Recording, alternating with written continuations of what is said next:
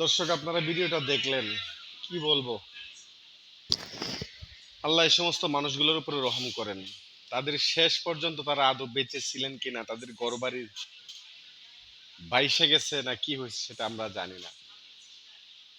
এরকম পরিস্থিতিতে যতগুলো মানুষ আছে, আল্লাহ তাআলা সকলের উপরে রহম করেন, সকলকে সকল ধরনের বিপদ থেকে হেফাজত করেন।